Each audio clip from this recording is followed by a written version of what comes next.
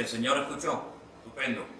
Se nos fue el internet, nunca nos pasa eso aquí en la iglesia, debe ser que hay mucha bendición por el camino y se cortó. Bueno, vamos a ver, Doña Sonia estaba en el uso de la palabra, así que la escuchamos. Fue la clave para que Dios hablara a través suyo en esa verdad, en esa dirección, porque Éxodo 20 dice, no te harás figura de cosa que hay en el cielo, ni de nada que haya en la tierra, ni en las aguas debajo de la tierra. Y para mí eso fue como quitarme yo un velo de mis ojos. Y entonces hoy no ha sido fácil, pastor, no ha sido fácil, porque detrás de todo esto vienen sentimientos encontrados, en un momento sentimientos encontrados, sentimientos de duda, sentimientos de ahora qué voy a hacer, ahora que ya conozco esta verdad, ¿qué voy a hacer? Y entonces esa es la razón por la que hoy estoy aquí, por la que mi esposo y yo estamos en una misma dimensión, ¿verdad? Estamos en un mismo buscar, en un mismo sentir, porque nosotros éramos ministros de la Eucaristía por 10 años. Llevábamos 10 años de ser ministros de la Eucaristía, entonces usted podrá entender que hemos tenido, yo digo hemos, porque a través de mí, también mi esposo ha ido, a través de la palabra, Dios nos ha ido hablando muy simultáneamente en cosas que son una verdad. Y solo le pido al Espíritu Santo que nos siga iluminando y que lo siga iluminando a usted. Y muchas gracias por tomarse este momento, pastor. Muchas gracias por este ratito que nos está prestando usted. Muchas gracias. Bueno, hermana Sonia, que el Señor le bendiga. De verdad yo tenía muchas ganas de conocerla a usted porque Rey me había hablado mucho de ustedes y conocía un poquito su situación. Primeramente decirles que el Señor hace todo perfecto. El Señor no se equivoca y tiene un tiempo para cada cosa en la vida. El famoso libro del Eclesiastés dice que hay un tiempo para todo. Un tiempo para nacer, un tiempo para morir, un tiempo para sembrar, para cosechar, para llorar, para reír. Hay un tiempo para todo. Y ahora usted está en un tiempo especial de su vida, porque ha llegado a un conocimiento, ha tenido un impacto con la palabra de Dios. Y la palabra de Dios tiene muchas características y una de ellas es que es viva, es eficaz y es como una espada que penetra y no nos deja igual, no nos deja, digamos, indiferentes, sino que golpea nuestras creencias, golpea nuestras tradiciones, golpea todas y cada una de las áreas de nuestra vida. Por lo tanto, lo que yo dije en aquella ocasión acerca de leer la palabra, de escudriñar las Escrituras, se lo digo hoy a usted y se lo digo a todos. La palabra de Dios es la que va a traer luz, es la que va a responder a todas y a cada una de las preguntas y de los interrogantes que ustedes tienen. No cabe la menor duda de que ustedes han sido personas que han estado muy involucradas dentro del seno de la Iglesia Católica, ¿verdad? Por lo tanto, no es fácil comenzar una vida nueva, pero no es imposible, porque como ustedes comprenderán, ustedes no son las únicas personas que han tenido esta experiencia, sino que hay miles y miles de hermanos nuestros a lo largo del mundo que han tenido igual o parecida experiencia a la que usted ha tenido. Ahora bien, vayan con paciencia, no corran, no tengan prisa, no quieran entenderlo todo en 2 días. Ustedes han tardado años en llegar a este punto. Ustedes han tardado años en llegar a este descubrimiento maravilloso de los verdaderos 10 mandamientos. Porque usted sabe perfectamente, y todos los que me escuchan en esta tarde, que los 10 mandamientos, no todos, pero algunos de los 10 mandamientos que nos enseñaron, no eran realmente así. Pero en todas las Biblias del mundo, repito, en todas las Biblias del mundo aparecen los verdaderos 10 mandamientos. Y esos 2 primeros mandamientos que nos prohíben postrar nuestro cuerpo, nuestra mente, nuestra vida ante imágenes, construir figuras de madera, de oro, de plata, de lo que sea, incluso de personajes que están en el cielo, en la presencia del Señor, pues quieran que no, es un impacto tremendo. Quiero decirles como testimonio que la primera vez en mi vida que yo comencé a leer la Biblia, esa fue la porción que yo descubrí. Precisamente los famosos 10 mandamientos de Éxodo capítulo 20, que también están en otro libro de la Biblia, el libro de Deuteronomio, el capítulo 5. Fui a hablar con un sacerdote que me daba clases a mí en los salesianos, porque yo cuando vivía en Venezuela estudié en los hermanos maristas, y en España, cuando vinimos a España a vivir, mis padres me metieron en los salesianos, ¿verdad? Y conozco muy bien la Iglesia Católica desde adentro, porque fui monaguillo, estuve en el coro, toda mi educación de niño fue en colegios católicos que eran de un nivel muy alto y muy bueno, en aquellos años por lo menos. Y entonces fui a hablar con un cura, un tal Don Gilberto, un gran hombre, un buen hombre, y le mostré los 10 mandamientos que había descubierto en aquella Biblia que un día me habían regalado. Y entonces él, mirando en varias direcciones, me dijo: Manuel, Sierra, como él me llamaba, si en algún momento de tu vida te encuentras en una encrucijada, que no sabes a quién obedecer y qué hacer, obedecer a los hombres o obedecer a Dios, quédate siempre con la palabra de Dios. Y eso es lo que hice. Comencé a leer y a leer y a leer y fui descubriendo cosas espectaculares de la palabra de Dios. Porque digamos que eso es lo más llamativo, el golpe, ¿verdad? La confrontación con el tema de la idolatría. Porque todos los católicos, lógicamente, un buen católico, pues tarde o temprano tiene que adorar alguna imagen, algún santo, alguna virgen. Es que forma parte de la liturgia, es que es imposible ser un buen católico y no adorar a imágenes o a santos, sea a Pablo, a Pedro, a María o a quien sea, ¿verdad? Pero entonces cuando uno va comenzando a leer la Biblia, uno se encuentra que lo que uno creía que era lo más importante, lo más maravilloso, resulta que era una auténtica abominación ante los ojos de Dios. Por lo tanto, mi consejo, doña Sonia, y para todos ustedes a partir de hoy es: no paren de leer la palabra de Dios. Y ese testimonio que yo contaba de aquella parejita que eran muy católicos, una pareja joven de novios, no eran ni casados en aquel momento, que me preguntó ella si era bíblico o no adorar las imágenes, y yo le dije que leyera Éxodo 20. Hoy en día esa pareja, están casados lógicamente, y son pastores de una iglesia evangélica en España, completamente en la ciudad de Sevilla. ¿Qué quiero decir con todo esto? Que cuando Dios comienza a cambiar una familia, una vida, un corazón, no hay nada ni nadie que lo detenga. No tengan miedo.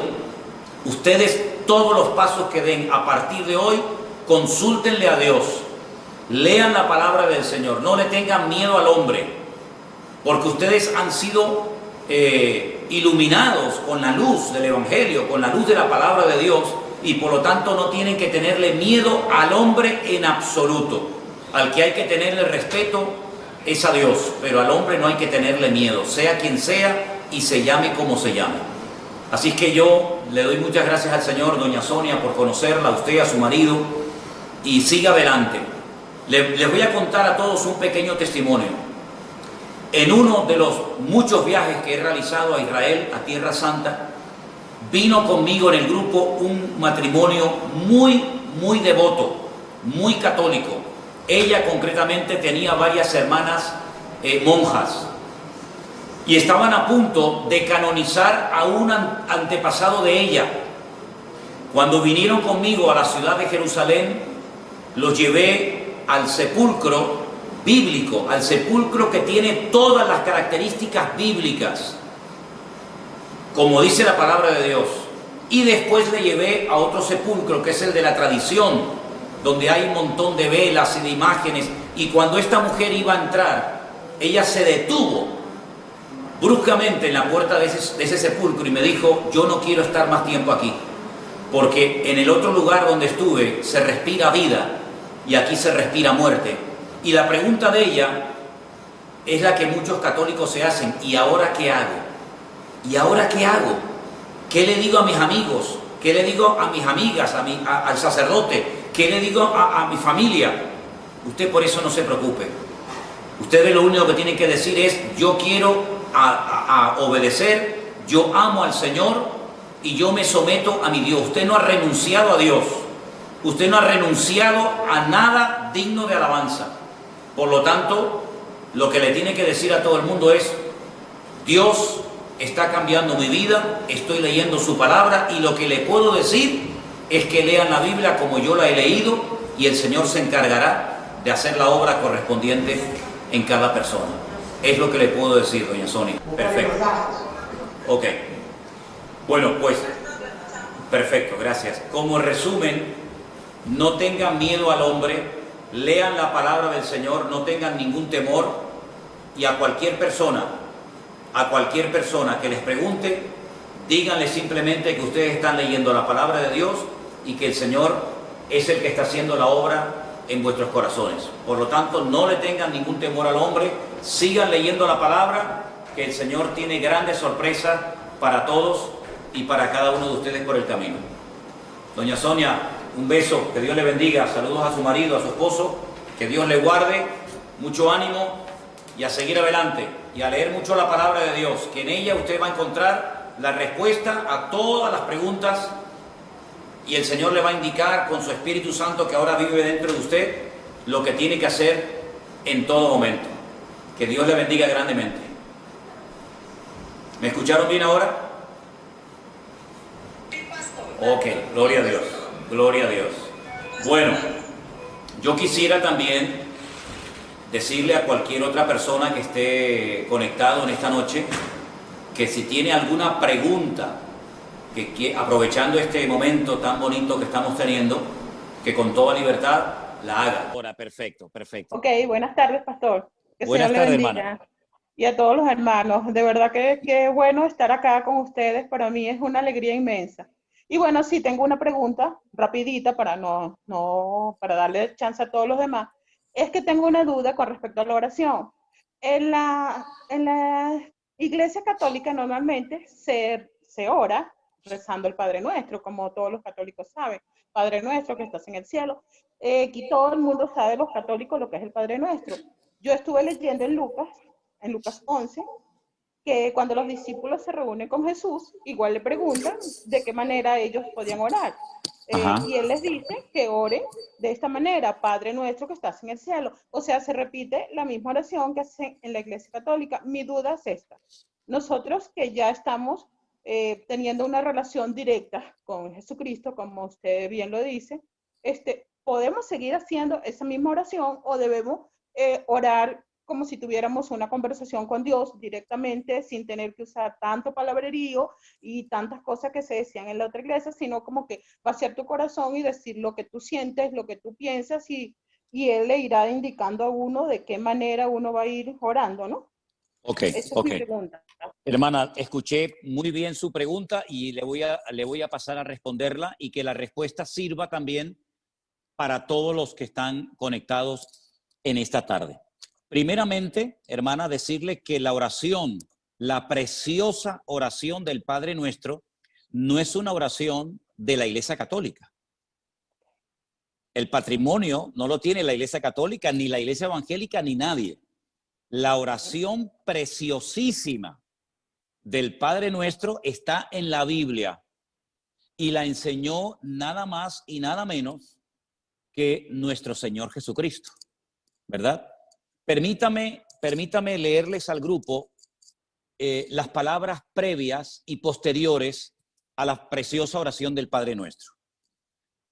En el Evangelio según San Mateo, por si tienen la Biblia a mano y quieren seguir la lectura conmigo, en el capítulo 6, Mateo capítulo 6, verso 5, dice la palabra de Dios: y cuando ores, no seas como los hipócritas, porque ellos aman el orar en pie en las sinagogas y en las esquinas de las casas para ser vistos por los hombres. De cierto os digo que ya tienen su recompensa.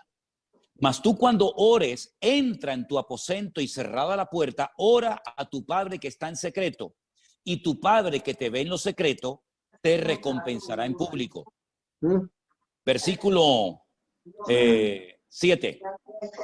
Y orando, no uséis vanas, escuchen, no uséis vanas repeticiones como los gentiles que piensan que por su palabrería serán oídos. No os hagáis semejantes a ellos, porque vuestro Padre sabe de qué cosas tenéis necesidad antes que vosotros se la pidáis.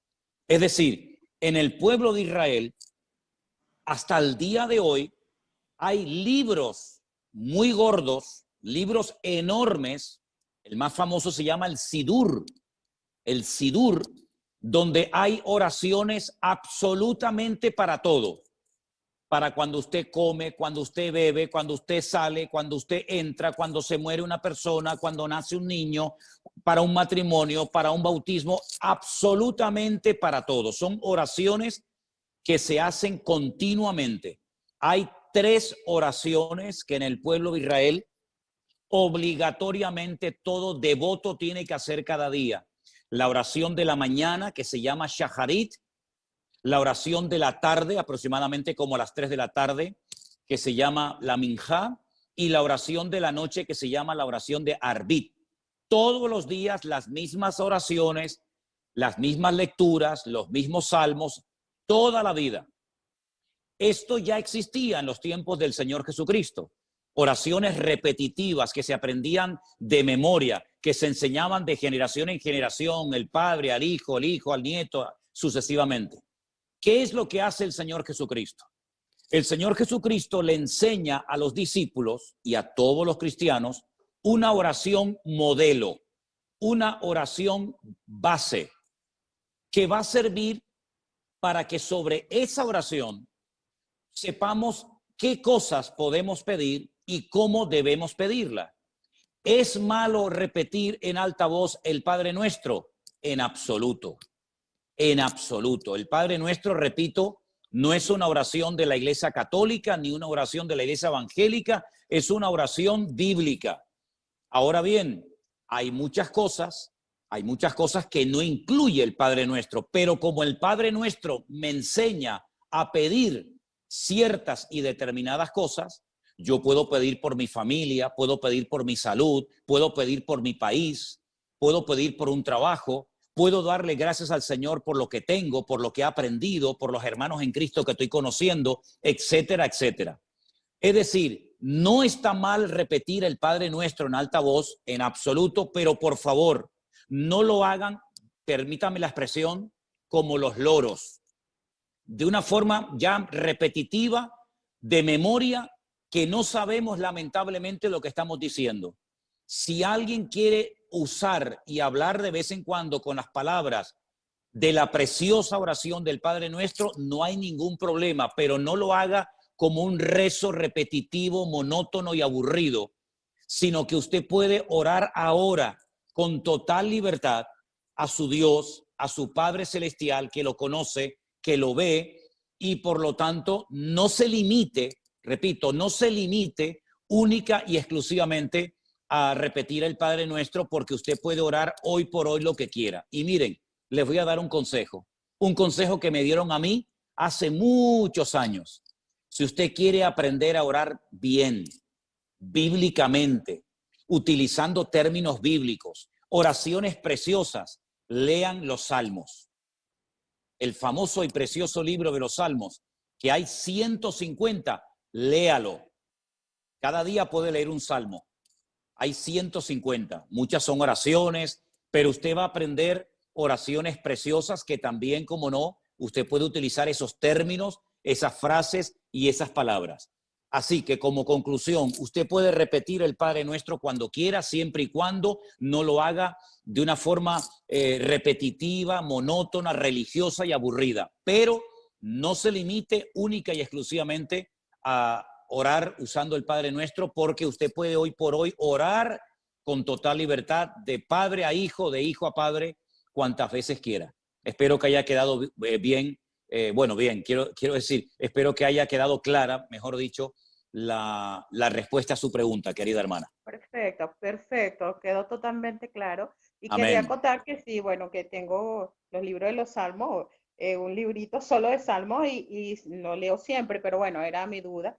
También quería decirle rapidito, porque yo no es que estuve hasta ayer en la Iglesia Católica, pasa que vengo de una familia donde la mitad es católica y la mitad es cristiana.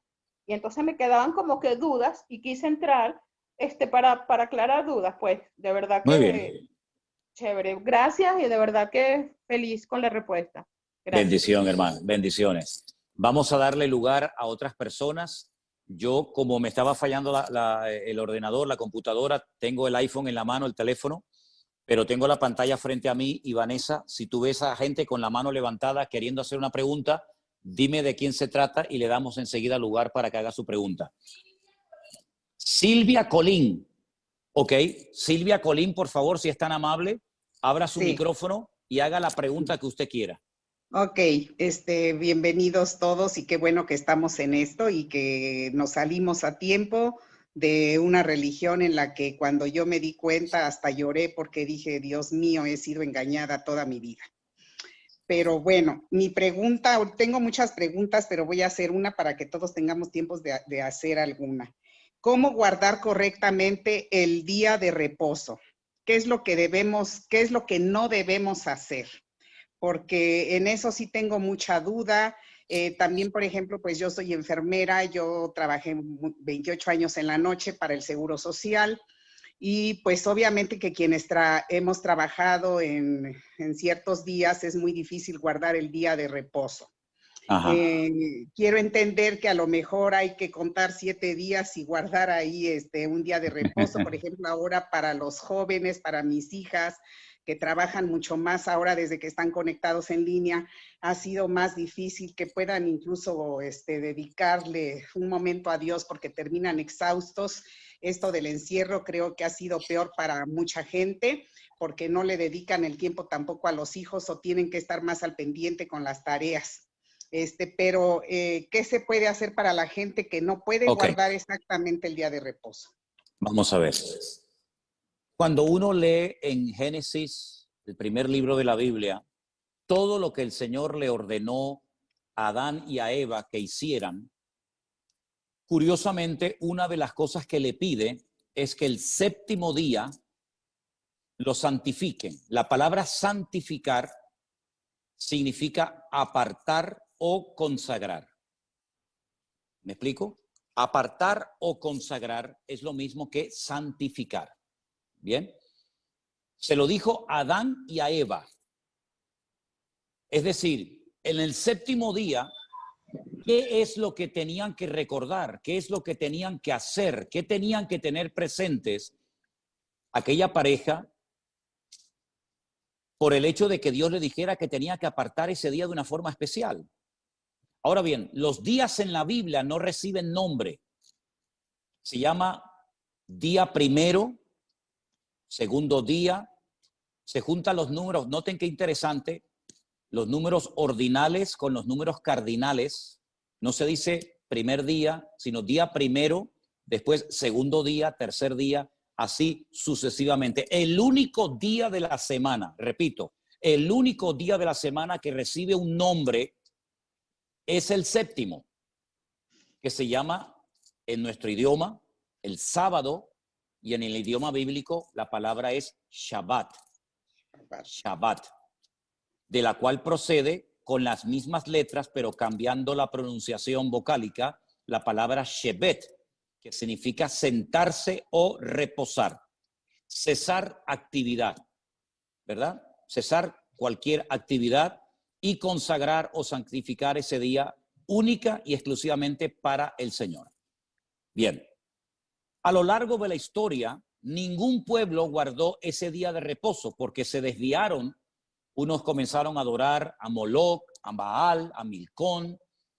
Solamente el pueblo de Israel, a lo largo de la historia y después de recibir la Torá o la ley en el monte Sinaí por medio de Moisés, recibió la orden, y está dentro de los 10 mandamientos, de santificar el día de reposo, el Shabbat.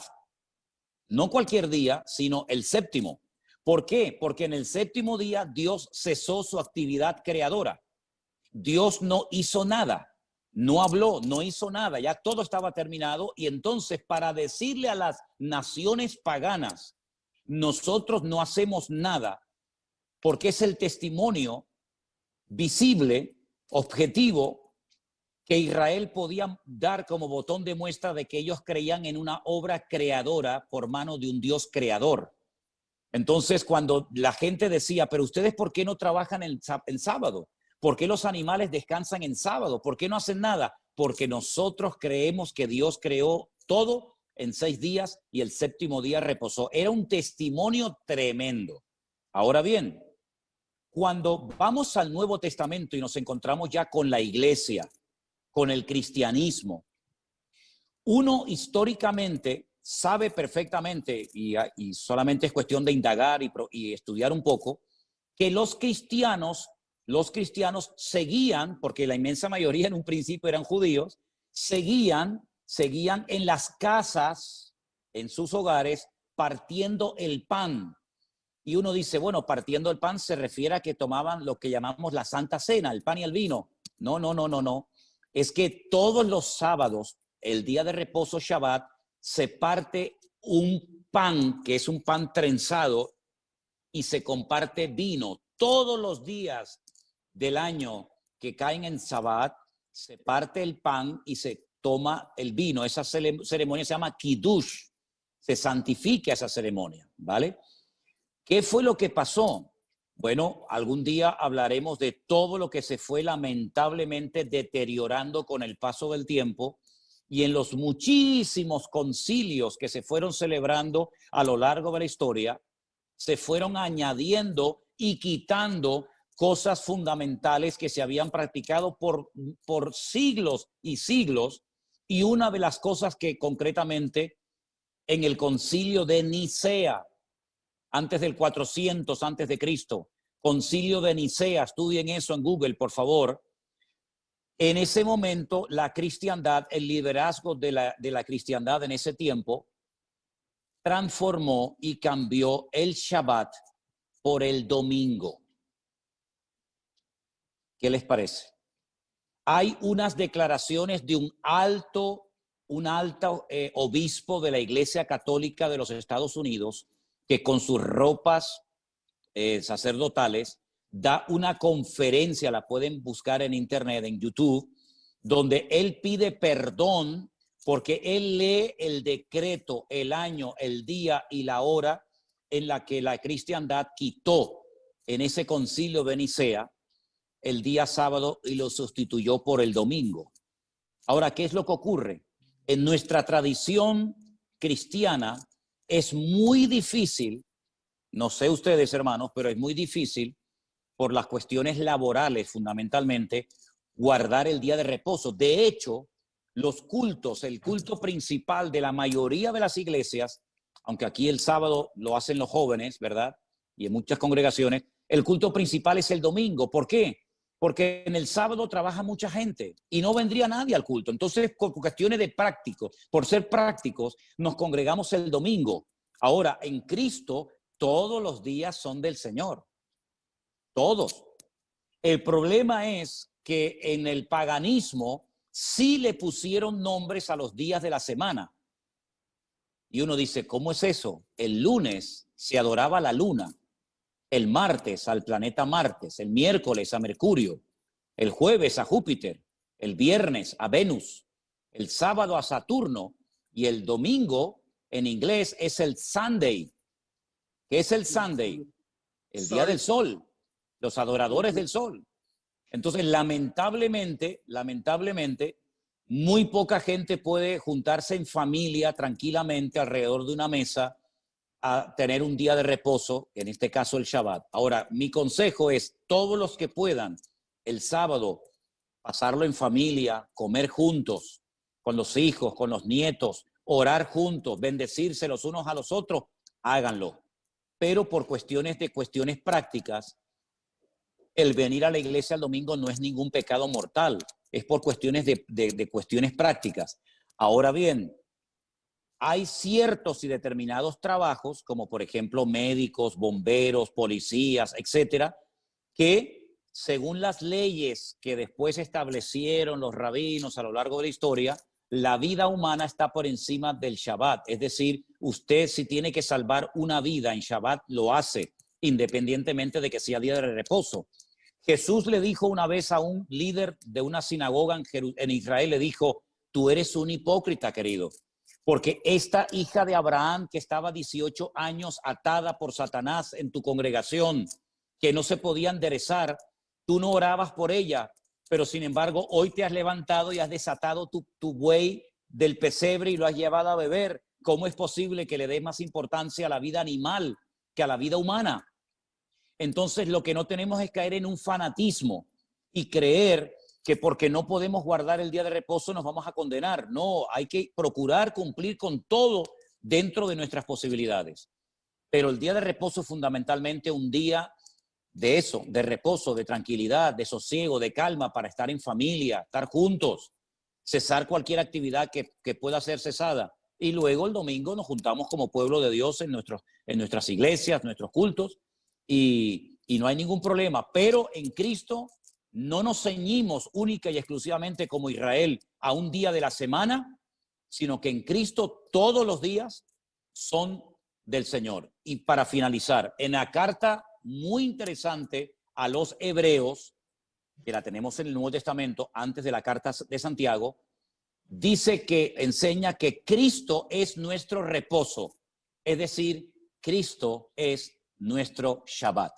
En Cristo, ese reposo que se representa con un día a la semana, nosotros lo tenemos constante y permanentemente todos los días de nuestra vida. Espero haber respondido a su pregunta, querida hermana. Sí, sí, pastor, y es que como se habla de que la gente no se salva si no guarda el cuarto mandamiento y en eso está el séptimo día, pues digo, híjole. Eso no es verdad. Eso no es verdad. Ah, La salvación no se gana por los mandamientos. Permítame ponerles el ejemplo de un joven rico que un día vino al Señor y le dijo, maestro bueno, ¿qué tengo que hacer para heredar, para tener la vida eterna? Y Jesús le dijo, ¿estás cumpliendo con los mandamientos? Y le dijo, sí. Y le dice, pero aún te falta una cosa. Es decir, cumplía con los mandamientos, pero le faltaba una cosa. Luego, por sentido común, simplemente por guardar los mandamientos no ganamos la salvación de nuestra alma. Porque si fuera por eso, ¿para qué vino Cristo a morir en una cruz?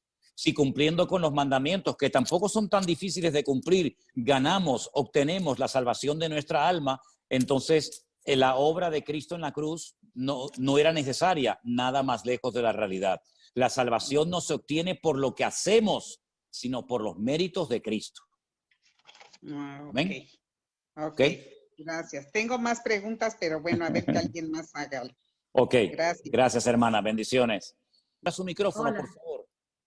Hola, buenas tardes, pastor. La verdad buenas tardes. Buenas tardes. Somos una bendecida. Le presento a Carla, mi hijita, que tiene 23 años. Hola, Carla. Somos de Argentina. Hola. Y, ¿cómo es? Somos una bendecida porque todos los días escuchamos el devocional y la verdad que somos una bendecida de tenerlo en nuestras vidas, porque gracias a usted hemos interpretado la palabra, hemos tenido mucho conocimiento y nos ha ayudado un montón, porque en la Iglesia Católica jamás leímos la palabra, jamás.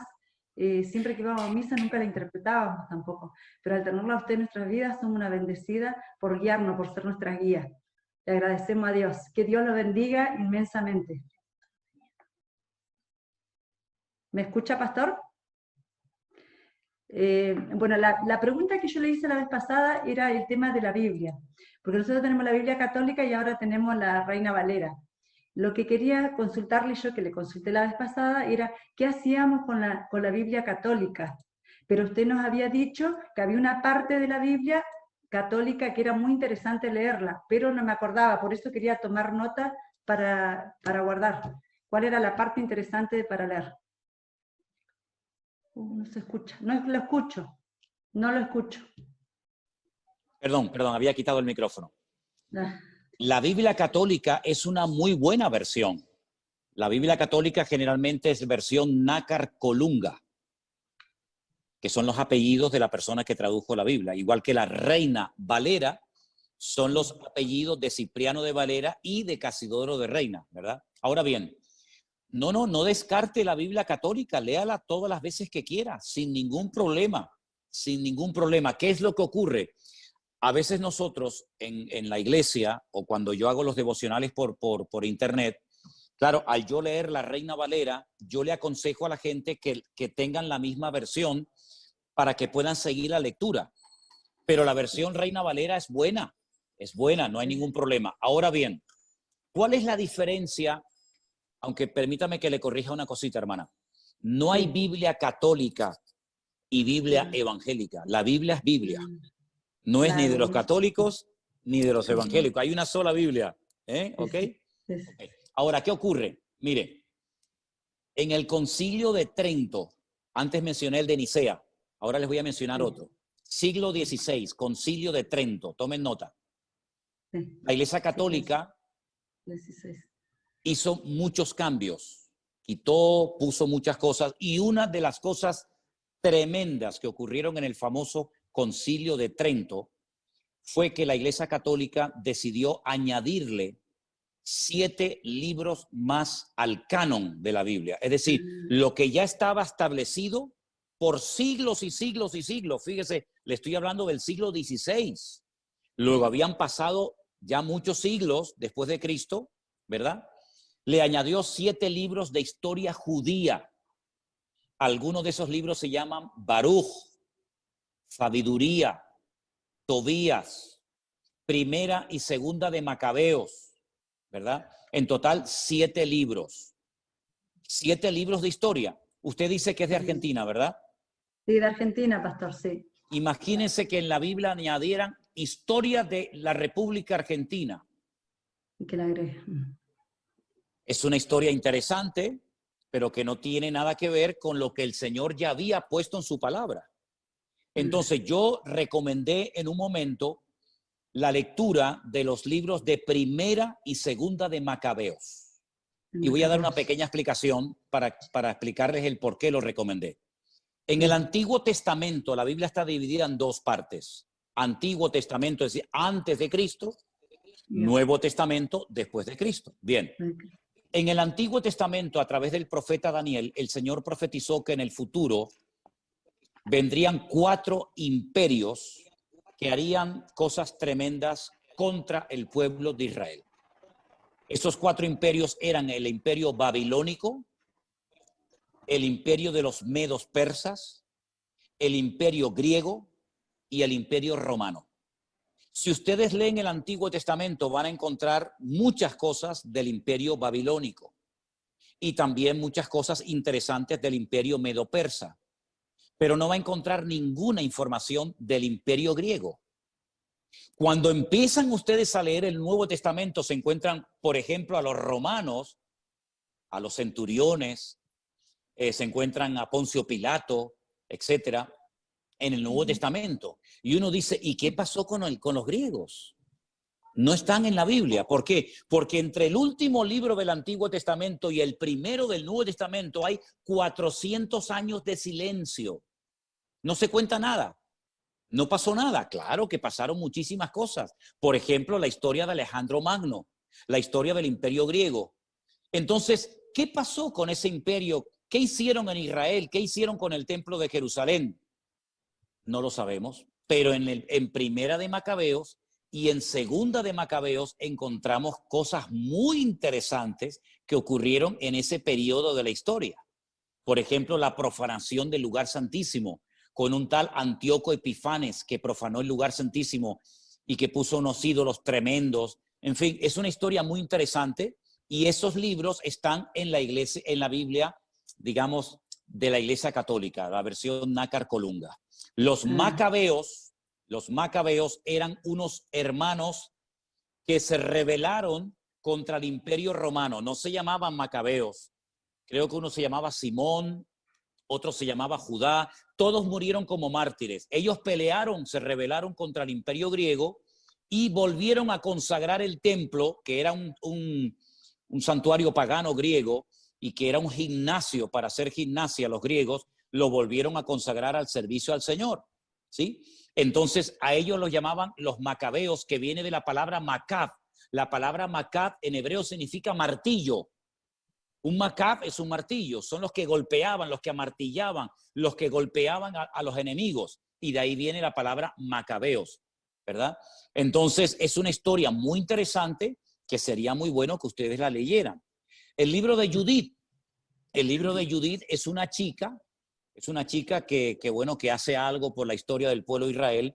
Esa es la gran diferencia que hay entre una Biblia y otra. Por lo demás, la versión Nácar Colunga católica y la versión Reina Valera son muy buenas versiones en castellano para poder entender el mensaje divino, el mensaje de Dios. ¿Sí? Sí. Muchas ¿Okay? Gracias, pastor. Le entendí. Por nada. Muchísimas por gracias favor. y que Dios lo bendiga. Gracias por igualmente. siempre, por sus devocionales. Amén. Gracias, un placer. Gracias. ¿Más preguntas tenemos, Vanessa?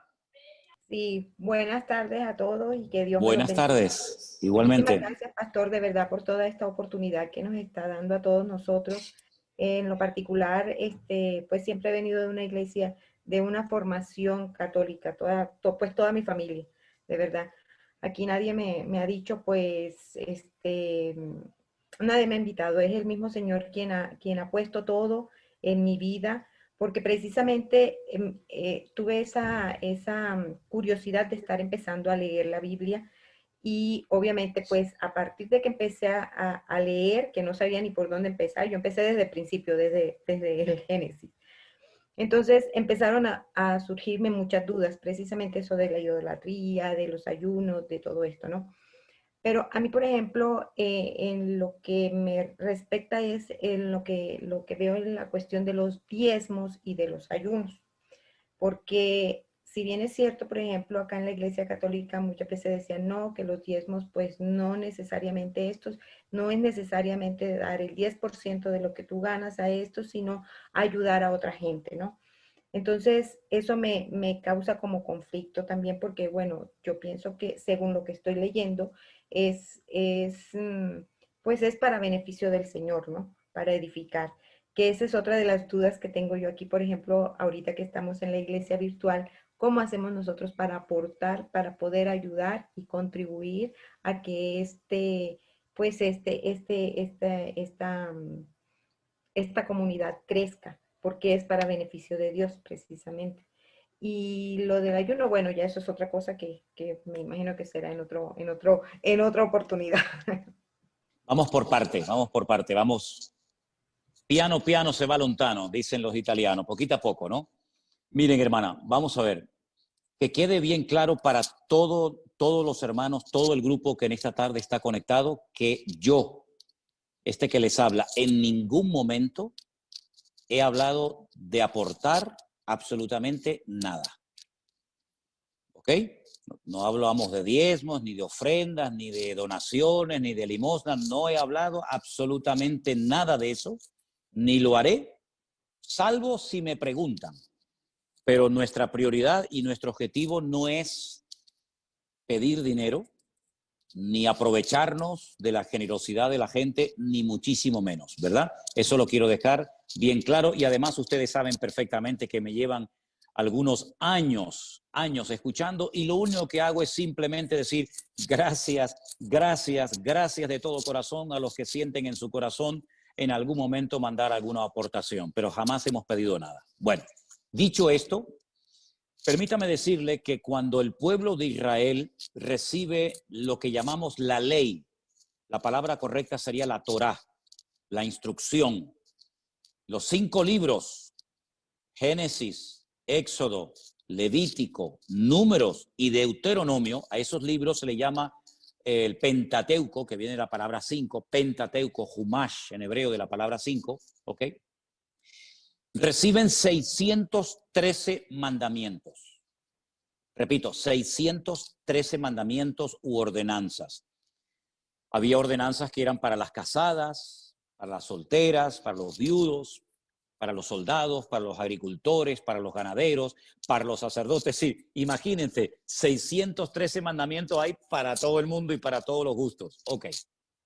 Una de las cosas que el Señor dijo es que de las 12 tribus de Israel, las 12 familias que se fueron reproduciendo y formaron el pueblo de Israel, el Señor escogió a una de las 12 que fueron los levitas, la famosa tribu de Leví, que no iban a recibir herencia, no iban a recibir tierra, por lo tanto, no se iban a poder dedicar ni a la agricultura, ni a la ganadería, ni a ningún otro trabajo, sino solamente a las cosas del templo, del tabernáculo, las cosas del Señor, los sacrificios, etc. Entonces la pregunta es, si no podían trabajar en otra cuestión más que en los asuntos de Dios, ¿de qué vivía esta gente?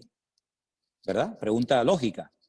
El Señor estableció un sistema maravilloso, extraordinario. Dijo, las 11 tribus restantes, Judá, Benjamín, Zabulón, Dan, etcétera, van a apartar el 10% de sus entradas.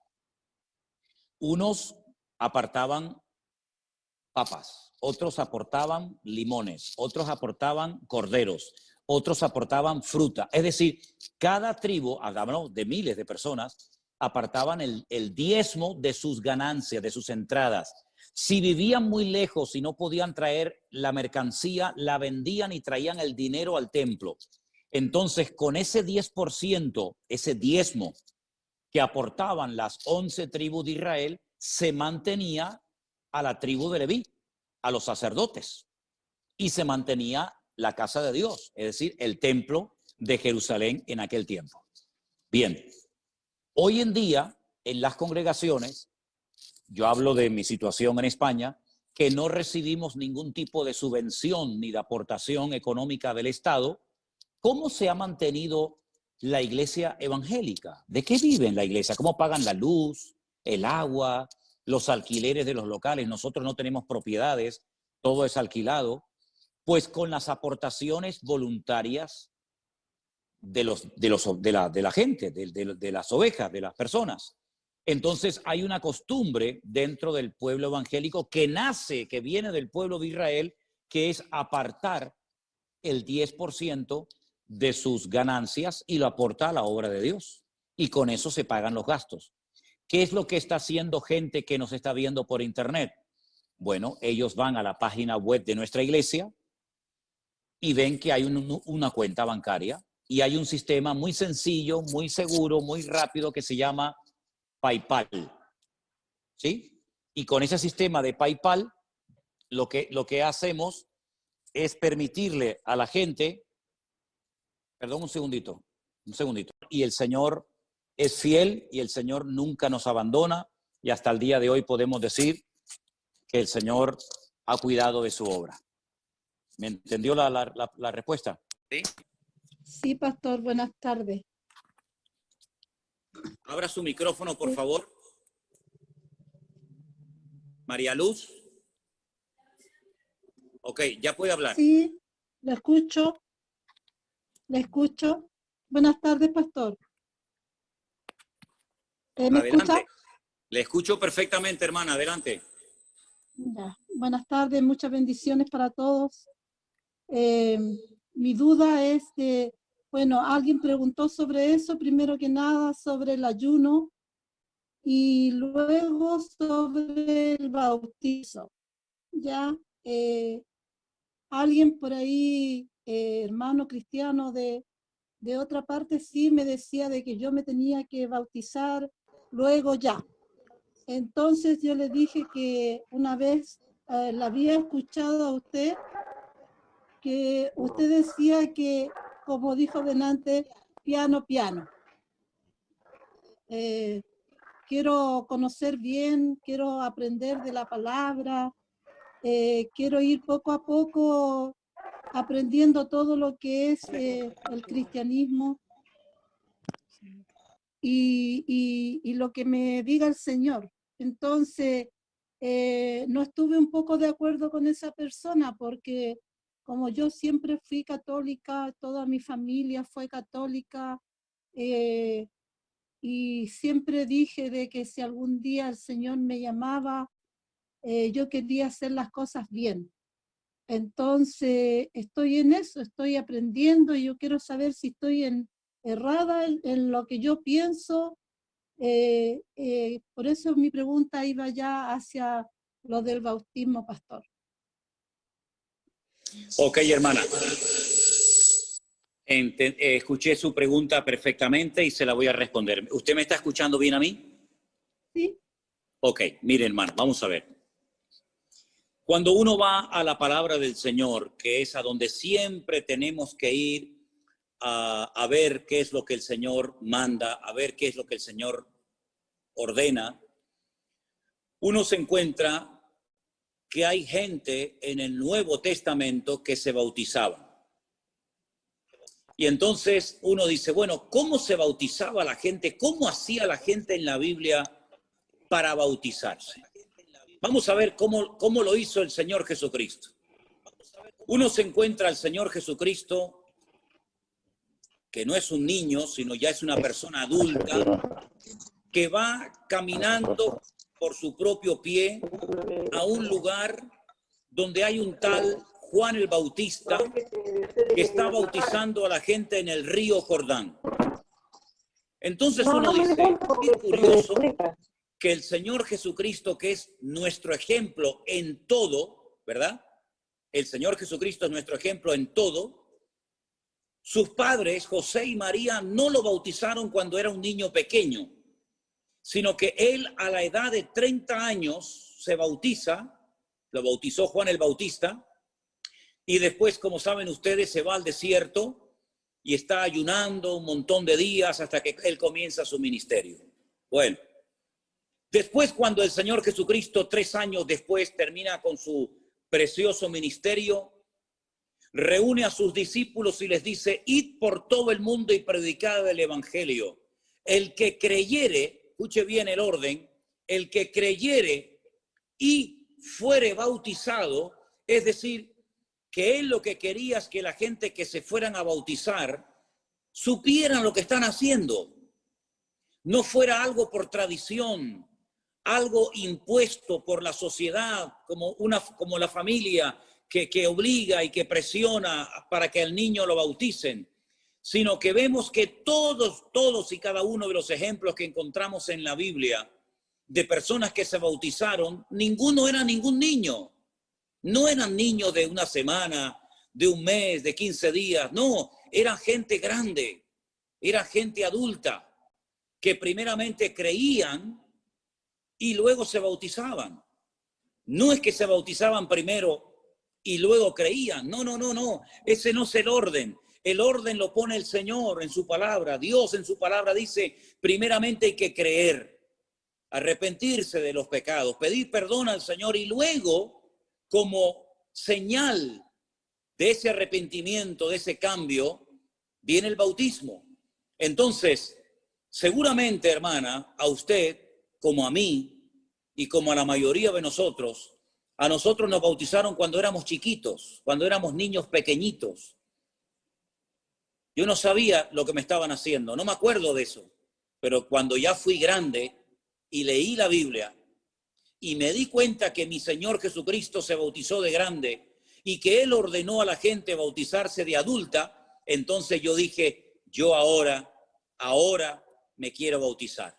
Porque ahora lo entiendo, porque ahora lo quiero hacer. No porque papá, mamá, el abuelo, la sociedad o la familia lo dice, sino porque yo lo siento hacer y quiero poner en práctica ese mandamiento de la palabra del Señor. Entonces, claro que tenemos que bautizarnos de grande, hermana. Pero no tenga prisa, no se preocupe. Yo estoy orando al Señor y pido ahora a ustedes que lo hagan también conmigo para que, si Dios lo permite, claro, el mundo está tan raro y todo está tan cambiado que ya uno no puede hacer planes ni de aquí a mañana, ¿verdad? Pero si Dios lo permite, para el año que viene, estamos orando para que el Señor nos permita ir a los lugares donde ustedes están ahora viviendo. A Chile, a Colombia, Argentina, a tantos lugares donde hay tantos hermanos esperando para poder ser bautizados. y también para poder conocernos personalmente. ¿Por qué no? Entonces les pido que oren, porque si el Señor lo permite, imagínense los hermanos de Argentina, de Chile, de Colombia, de otros países que se quieren bautizar. Qué lindo sería si nos pudiéramos juntar y hacer un día, un culto, una reunión en un río, en un lago, en algo, en un sitio donde poder bautizarles a todos ustedes. Así que no tengan prisa. Yo sé que muchos lo han leído, lo quieren poner en práctica porque no han leído de la palabra del Señor, pero no tengan prisa. Ya lo haremos cuando el Señor lo permita y lo crea conveniente. Amén, hermana. Así que le animo a que siga adelante con el Señor. Lea la palabra, preste atención a lo que dice el Señor y no tanto a lo que dice la gente. Y no se preocupe que cuando llegue el momento, usted podrá poner en práctica ese mandamiento de la palabra del Señor. Espero haber respondido a su pregunta en esta noche, perdón. Bueno, aquí es de noche, para ustedes es de día. Hola, pastor, qué gusto más grande poder saludarlo. ¿Me escucha bien? Sí, le escucho. Ya, qué bueno, qué gusto poder saludarlo. Yo soy de Chile y bueno, católica hasta hace poco tiempo y tratando de poder seguir lo más posible algo que no conozco muy bien. Entonces, mi pregunta es la siguiente, pastor. La verdad es que uno tiene que llevar una vida a diaria. Y usted sabe que en los católicos, ya que usted fue católico también alguna vez, todo sirve, todo vale. En los católicos uno iba a misa el día domingo y se sentía que había quedado purificado para el resto de la semana. Entonces, mi pregunta es la siguiente. Yo he visto que no hay por ejemplo, para nosotros, sabe que los católicos la Eucaristía, como decía la otra señora, es súper importante. Y yo he visto que en la iglesia que usted preside, eso es una vez al mes. Y nosotros para poder comulgar teníamos que habernos confesado, ¿cierto? Y esto tampoco lo veo en las iglesias cristianas. Entonces mi pregunta es, no importa que uno no se haya confesado, o cómo lo hacen para ustedes determinar cuándo es la Santa Cena que ustedes le llaman y para poder estar bien con el Señor, porque para nosotros sabe lo importante que es la Eucaristía. Le escuché perfectamente, hermana. Le escuché perfectamente y es una pregunta muy, muy interesante y me alegro mucho que la haya hecho porque estoy seguro de que le va a ayudar a más de uno de los que están conectados en esta noche. Vamos a ir por partes, ¿sí? El Señor Jesucristo, la noche que fue entregado, la noche que lo crucificaron, ¿verdad? ¿Qué fue lo que repartió a sus discípulos? Repartió pan y repartió vino, ¿no es cierto? Porque además esa noche se estaba celebrando una fiesta que en hebreo se llama la fiesta de Pesaj. Nosotros la conocemos como la fiesta de la Pascua, ¿sí? Y es una noche muy, muy importante porque recordaban la liberación de la esclavitud en Egipto. Habían estado 400 años sus antepasados en Egipto como esclavos, la mayoría del tiempo, y lograron salir milagrosamente a través de Moisés, que los llevó hasta el monte Sinaí, y bueno, todos conocemos la historia, ¿verdad? Entonces, todos los años se sigue celebrando en Israel la fiesta de la Pascua, donde comen hierbas amargas, donde comen el cordero, donde comen pan sin levadura, donde toman el vino, ¿cierto? Ahora, en el Nuevo Testamento, el Señor Jesucristo dijo, haced esto en memoria de mí, y todas las veces que lo hagáis, la muerte del Señor anunciáis hasta que Él venga. Es cierto que cuando uno era católico, y sé perfectamente lo que usted dice, porque yo era casi de misa diaria, porque en aquellos tiempos teníamos que ir a misa casi todos los días en el colegio, y previamente teníamos que pasar por el confesionario. Y yo casi ya no sabía ni lo que decirle al cura, porque como me confesaba todos los días, pues ya le conté todo. Entonces lo que hacía, que me pegaban así sopapos, ya me pedía perdón por los pecados que iba a cometer, porque como iba a seguir pecando, pedía perdón por lo que había hecho y por lo que iba a hacer. Una cosa tremenda, ¿no? Entonces, nosotros nos confesamos a Dios, porque es el único que puede perdonar todos y cada uno de nuestros pecados. ¿Por qué lo hacemos en nuestra iglesia? No, no en todas es igual. Conozco iglesias que lo hacen todos los domingos, todas las semanas. En nuestra congregación lo hacemos una vez al mes y repartimos pan y vino para todos. No solamente me tomo yo vino y a la congregación le damos pan, sino que todos somos iguales delante de Dios y todos tomamos pan y todos tomamos vino. Dice la Biblia que cuando se va a participar de la Santa Cena o del pan o del vino, de la comunión, llámelo como quiera, uno tiene que examinarse, uno tiene que probarse a sí mismo. Es decir, uno tiene que estar bien delante del Señor.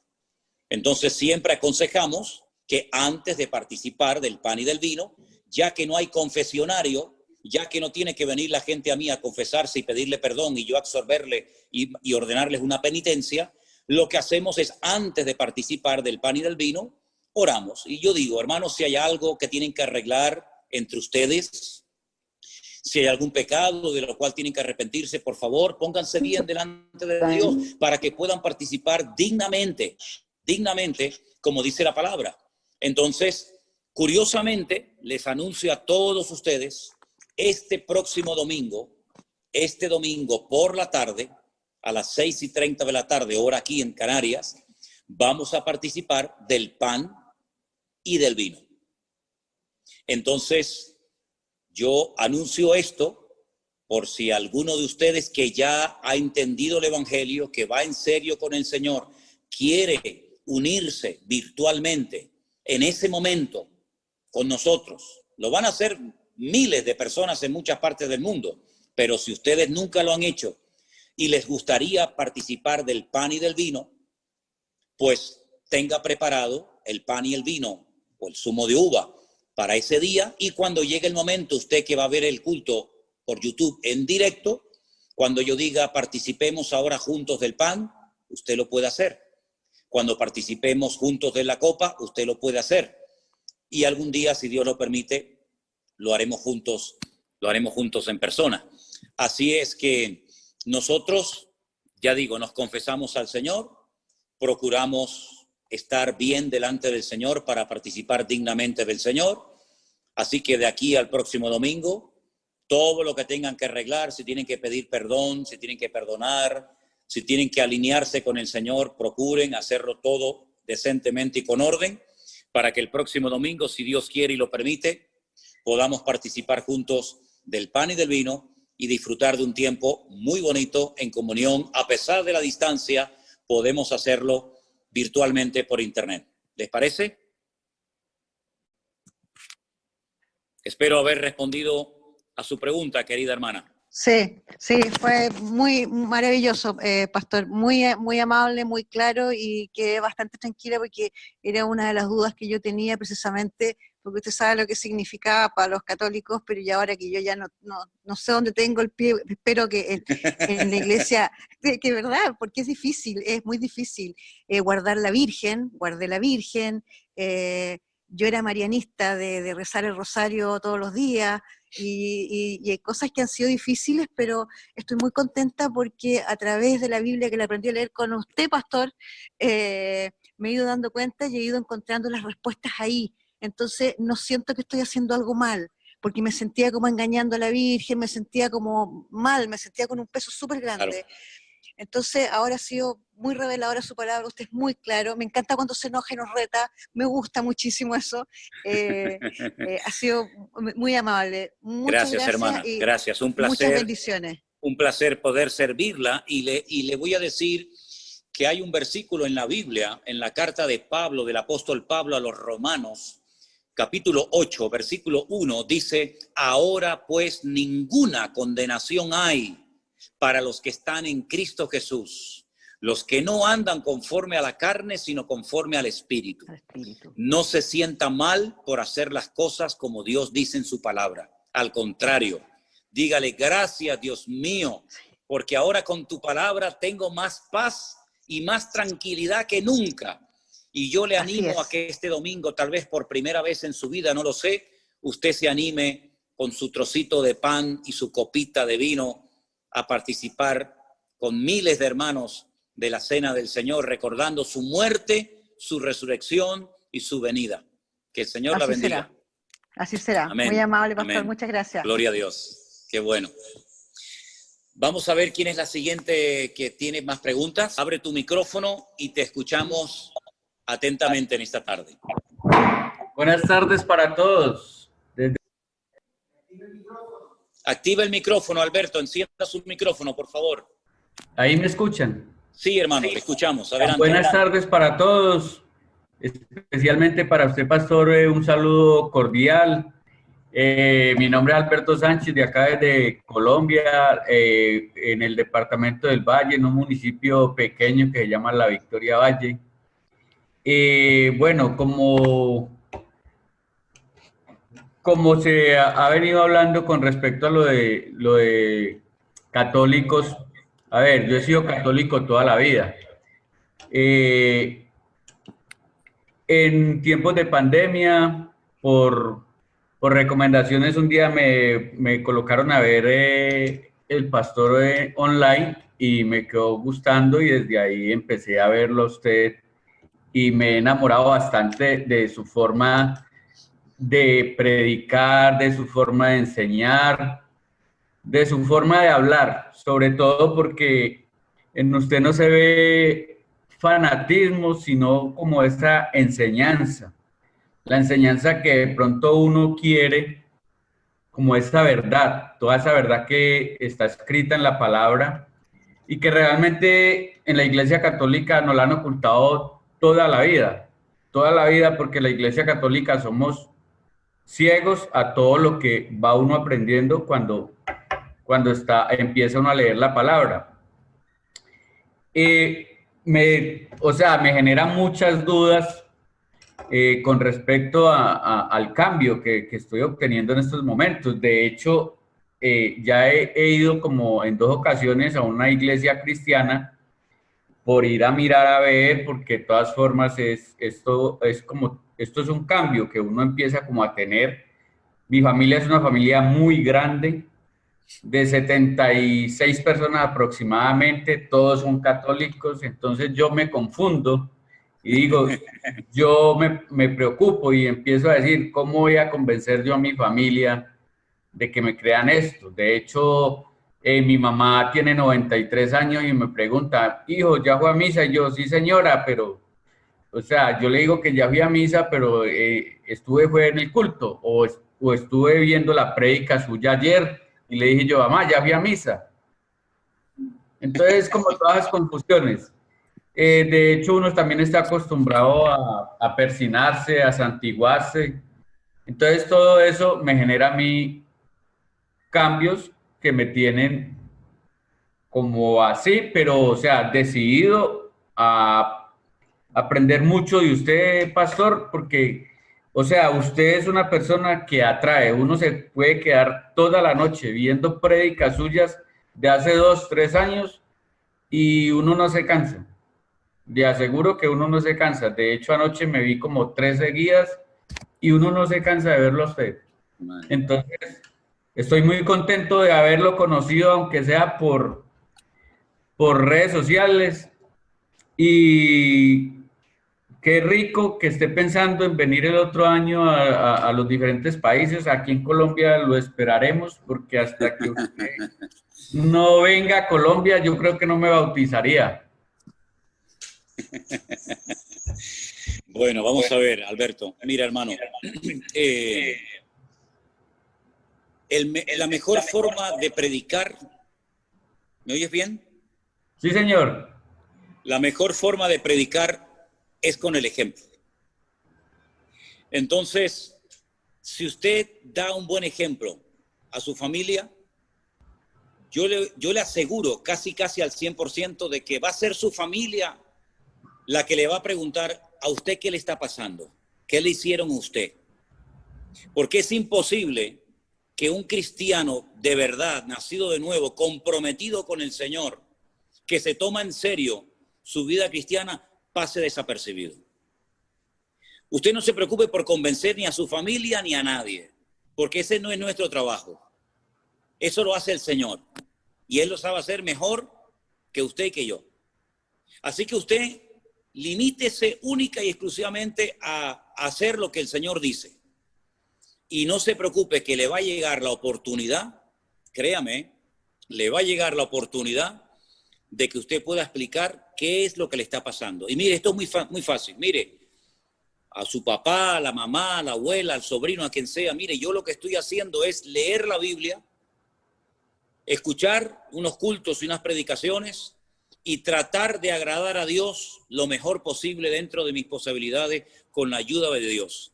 Y no se preocupe, Alberto, que Dios ya le dará sabiduría y palabra para que usted pueda dar una explicación coherente a toda la persona que le pregunte, que le van a preguntar qué es lo que te está pasando a ti, porque tú estás raro, a ti te han hecho algo, tú estás yendo a algún sitio, a ver, dinos, cuéntanos. Tú no te preocupes, Alberto, que ya el Señor te va a dar la oportunidad de hacerlo. Fortalécete bien en el Señor, ponte bien con el Señor, sé un ejemplo, que no te señalen con el dedo y te digan, sí, pero usted mucho cristianismo, pero mire esto y mire aquello. No. Procure que su vida sea un botón de muestra, una referencia buena.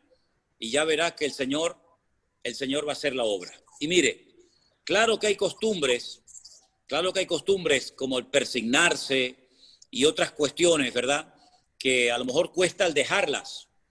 Pero tú pídele al Señor, Señor, vete quitando de mi vida todas aquellas cosas que yo he estado haciendo, que a veces no sabemos ni por qué las hacíamos. Cuando en España pasaba un coche fúnebre, yo no sé si en Colombia o en los países de ustedes se hacía, pero en España, cuando pasaba un coche fúnebre, la gente se persignaba, ¿verdad? Y uno dice, ¿y por qué? Bueno, son supersticiones. O cuando el futbolista va a entrar a la cancha a jugar, se persigna. O cuando la gente se va a tirar al agua, a la piscina o al mar, se persigna. Son costumbres, son cosas que la gente hace por tradición, pero que usted no las ve en la Biblia por ninguna parte, porque eso lo hace uno como una especie de protección. Que no me pase nada, que no me ahogue, que no me peguen una patada y me hagan daño. Pero ¿sabe qué? Ahora tenemos la mejor protección del mundo, que es el Señor de señores y el Rey de reyes, que está en nosotros, con nosotros todos los días hasta el fin del mundo.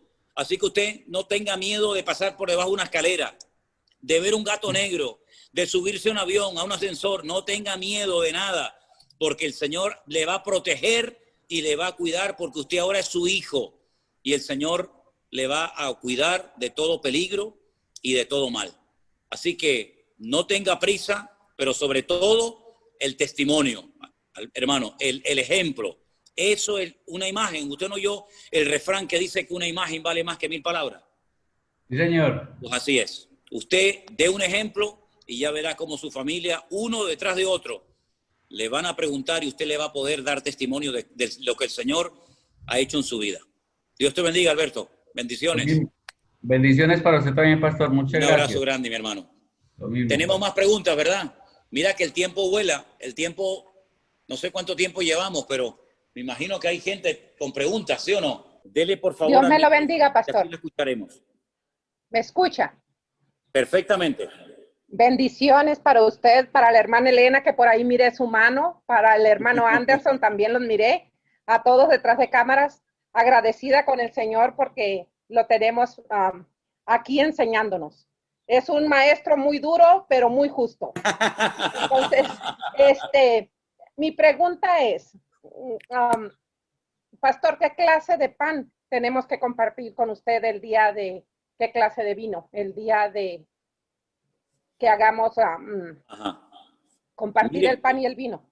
Sí, está buena la pregunta, está buena.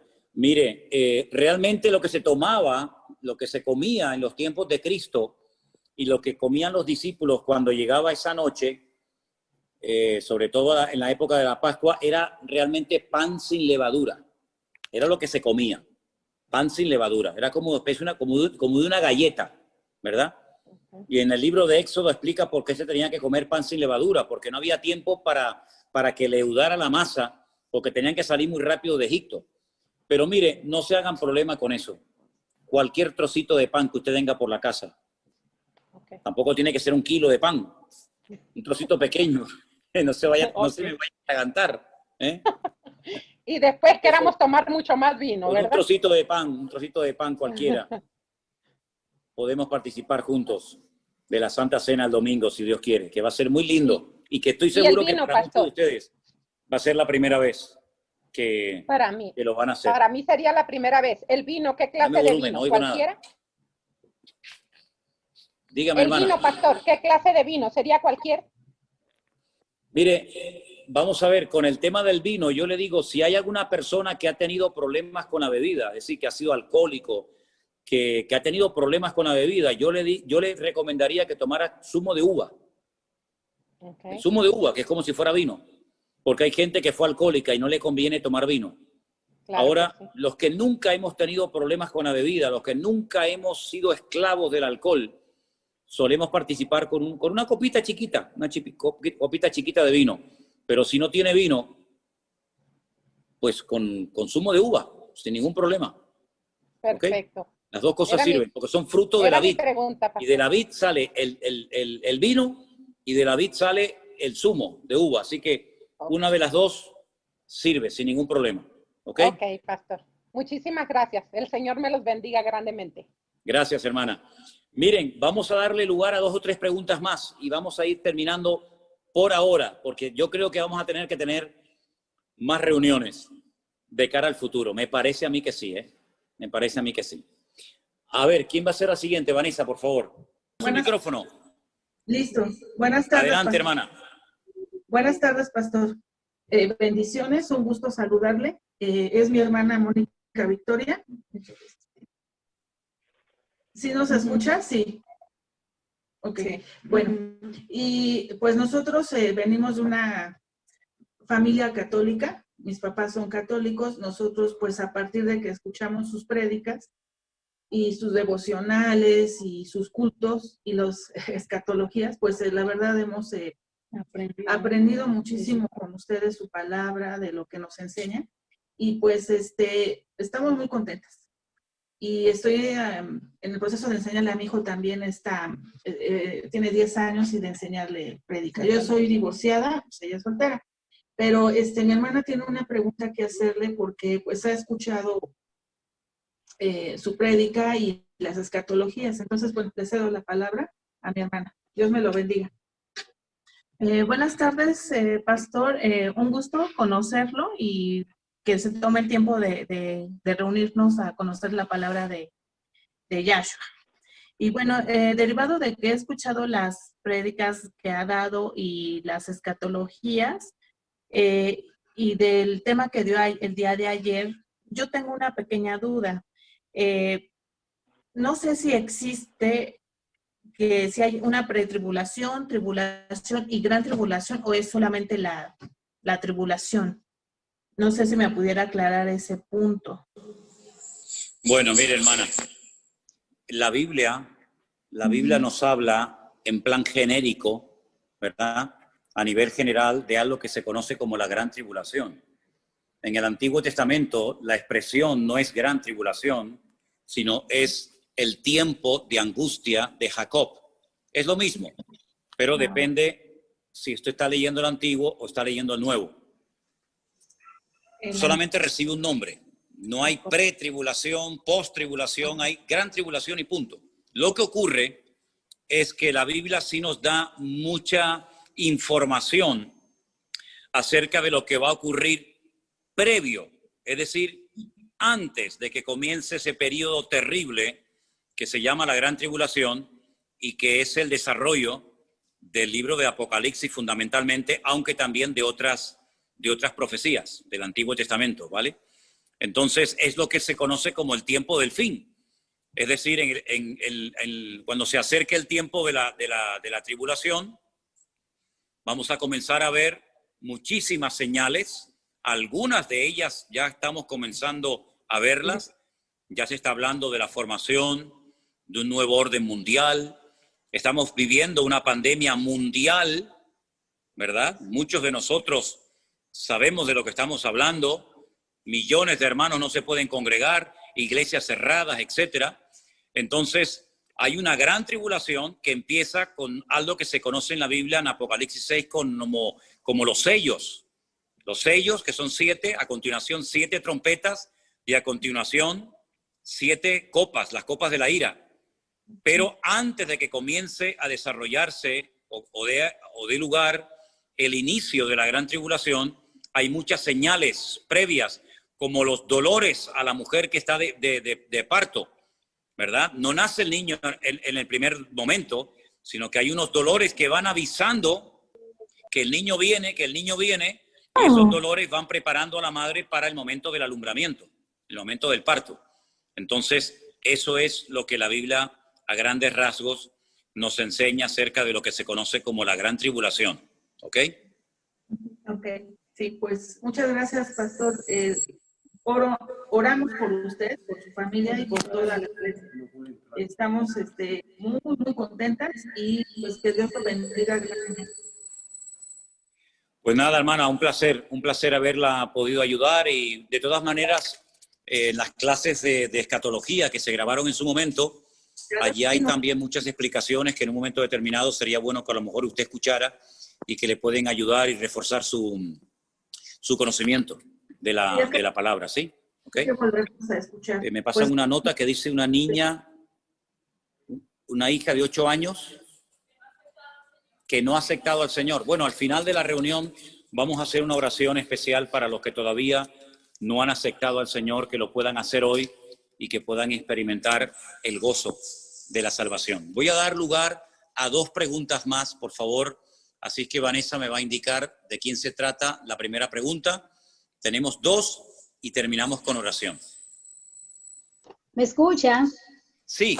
Hola, soy dominicana y vivo en Suiza desde hace 4 años más o menos. Yo mandé mi pregunta por WhatsApp porque yo pensé que no iba a estar hoy, pero gracias a Dios he podido estar. Le quiero dar las gracias a los hermanos y a usted también, porque gracias a Dios he encontrado por fin una persona que no explica, no explica todo realmente claro y que puedo entender. Muchas de las preguntas que tengo al escuchar las prédicas, me pasa algo especial, es que escribo las preguntas y al otro día cuando oigo el devocional o cuando oigo la prédica, las preguntas van siendo contestadas. Pero tengo un problema reciente con mi esposo. Yo al llegar aquí, visitaba la iglesia católica, yo soy católica desde hace mucho tiempo, era católica, y con él y su familia iba y visitaba, iba a la misa, iba a las actividades, pero al llegar aquí y convertirme, yo me convertí estando aquí, ya no quiero ir a esas actividades, y he tratado de explicarle, pero él no entiende, se pone molesto, se pone muy rebelde, tengo el problema con su familia porque también su familia lo presiona a él. Entonces, esa es una de las preguntas, ¿cómo hacer para nosotros poder, o para, en el caso mío, porque yo sé que es posible que otras personas tengan el problema, para poder lidiar con esa situación? Porque mi esposo no entiende el cambio que ha habido en mi vida, mi esposo no entiende, entonces su familia también lo presiona y también quiere presionarme a mí para que yo vaya a la misa, para que vaya a los bautizos y para que vaya a las actividades católicas, que de hecho yo antes asistía al principio cuando llegué aquí. Gracias, y espero que también esta duda que tengo, esta pregunta, le pueda ayudar a otra persona, porque sé que también van a pasar, si no han pasado por la misma situación que yo. Ok, hermana. Mire, hermana, no es fácil y tiene que tener mucha paciencia. ¿Usted no ha oído el refrán que dice que se casan más moscas con miel que con vinagre? ¿Sí? Pues mire, hermana, tiene que pedirle mucha sabiduría al Señor, tener mucha paciencia con su marido, porque es lógico que si él no ha tenido la experiencia de aceptar al Señor como usted se ve que él ha tenido, él no va a entender de la noche a la mañana por qué usted no quiere ir a misa, por qué usted no quiere acompañarlo a diferentes lugares, pero tiene que tener sabiduría, tiene que pedirle al Señor mucha sabiduría y paciencia para que usted pueda ir ganándolo con amor. Y el Señor le va a dar palabras y el Señor le va a dar la sabiduría necesaria para que usted sepa cómo llevarlo a los caminos del Señor. Lo mismo que le dije antes a Alberto, se lo digo ahora a usted. El ejemplo, el testimonio, es lo que va a hacer que el corazón de su marido se ablande y que comience a interesarse por las cosas del Señor. Pero no es un trabajo de la noche a la mañana, sino que tiene que pedirle a Dios mucha sabiduría. Hay momentos que es mejor callar que ganar una discusión. Hay momentos que es mejor hablar y no callar. Es decir, es un día a día, y que el Señor le ayude a la luz de la palabra y orando al Señor por él. Ore mucho por él, ore mucho por él. Señor, toca su corazón, que él entienda el evangelio. Si usted un día, no sé cómo lo ve, pero si usted un día le dice, mira, ¿tú quieres que hagamos una oración juntos? ¿Quieres que demos gracias a Dios por la comida? ¿Quieres que demos gracias a Dios por nuestro matrimonio? Y él acepta. Es decir, vaya poquito a poco sembrando, con mucha paciencia, con mucha sabiduría, y ya va a ver como poco a poco el Señor va a ir tocando su corazón, pero sobre todo con el ejemplo. No intente convencerlo, ni intente obligarlo, porque los hombres así no van. Al contrario, se lo va a poner en su contra. Y a usted no le conviene, y a usted no le interesa tener una guerra en casa. Así que tenga mucha paciencia, ore mucho por él, y que el Señor toque su corazón. Y si algún día pueden orar juntos, aproveche. Y si no, inténtelo en otra ocasión. Pero sobre todo, paciencia. Y no corra, no lo presione, porque lo que va a hacer es producir la reacción contraria. ¿De acuerdo, hermana? Ok, Que Dios la gracias, bendiga. pastor. Bendiciones. Gracias. Venga, y la última pregunta de esta reunión de hoy. ¿Quién la va a hacer, por favor? Hola, ¿me escucha? Sí. Bendiciones, pastor. ¿Cómo le va? Muy bien, muy bien. Adelante. Bueno, yo estoy en la iglesia virtual con ustedes. Así que acá se lo presento a Oscar, católico, y quiere preguntar él. ¿Me entendió? Que yo estoy en la iglesia virtual con ustedes y él es el católico. Bien, pues que haga la pregunta. Bueno, preséntate. Buenas tardes, Pastor. pastor. Buenas tardes. Mucho gusto. Yo soy Oscar, que soy católico. Más atrás. Ahí habla. Yo quería hacerle la pregunta, recién lo escuchaba cuando le explicaba a usted, a la anterior señora, que tenga paciencia con su marido, que porque ella no quiere ir a misa y todo eso. Creo que cuando estamos en el catolicismo o en el evangelismo, hablamos del mismo Señor, ¿o no? Sí. Lo que pasa es que yo tengo el micrófono cerrado para que no se acople aquí el sonido. Claro que tenemos al mismo Señor, claro, por supuesto. Solamente hay uno, no hay dos señores, hay uno solo. Exactamente.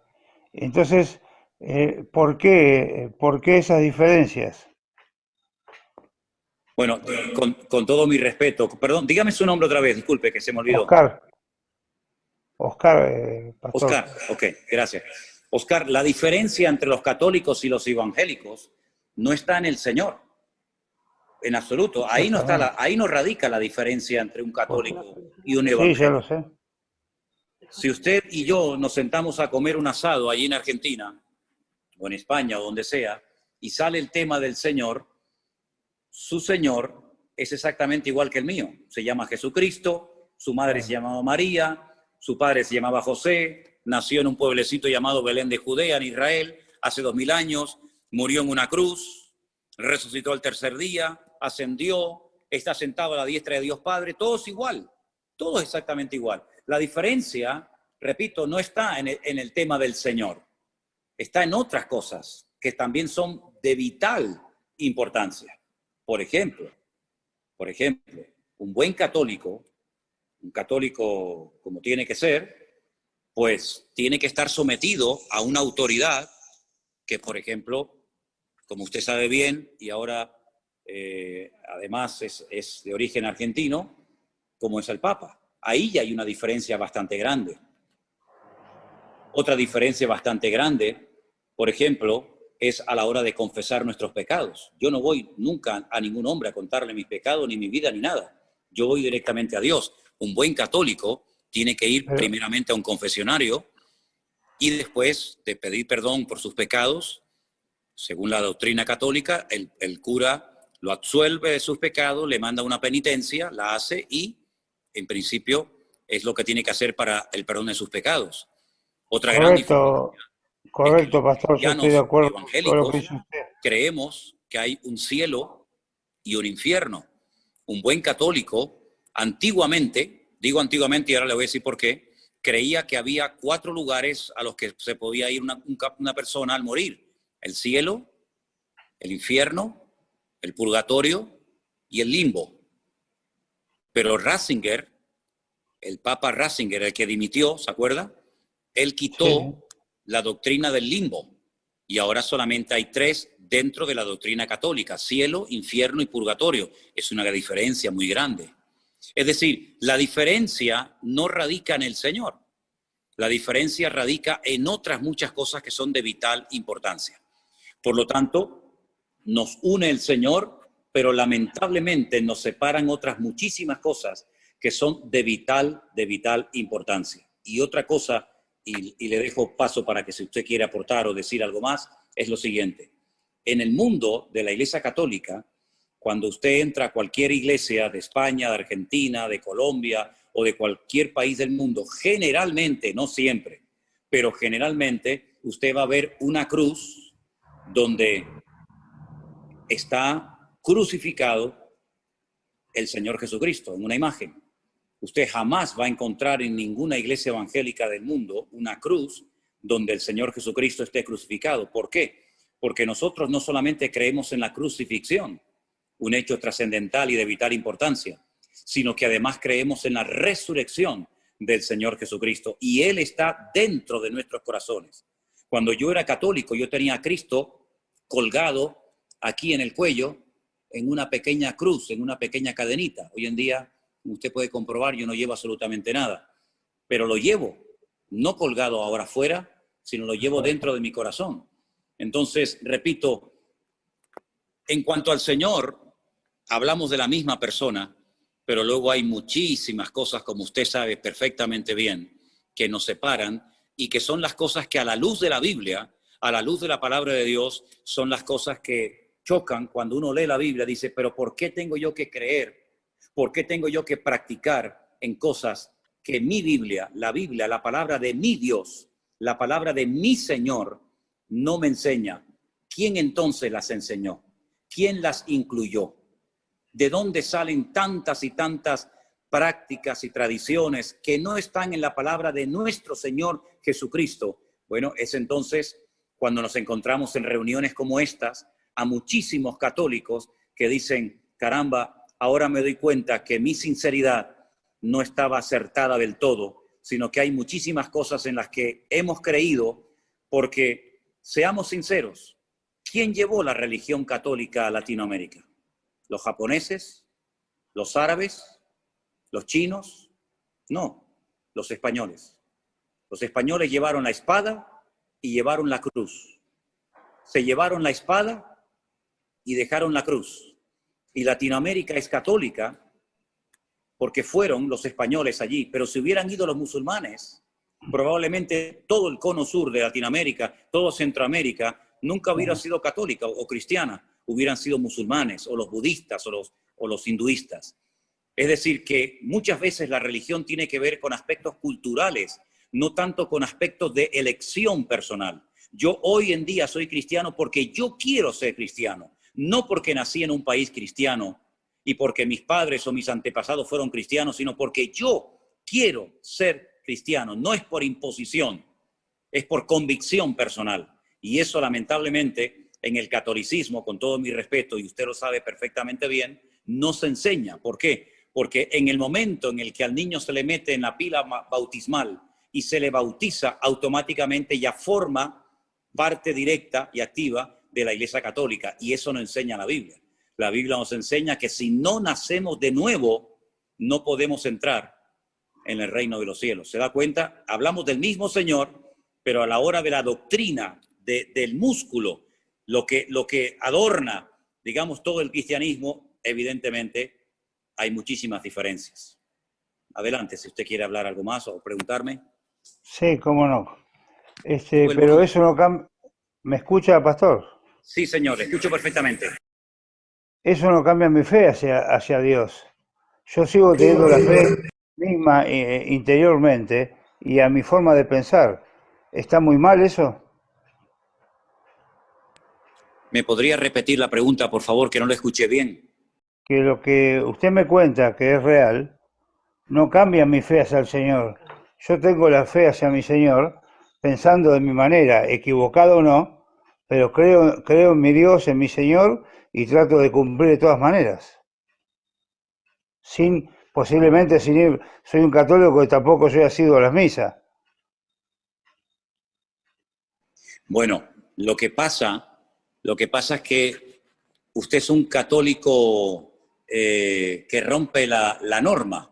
Es decir, usted ha empleado una frase que aquí en España de hace 15 o 20 años se escucha muchísimo, muchísimo, que antiguamente nadie hablaba así. ¿Y cuál es? Bueno, yo soy católico a mi manera.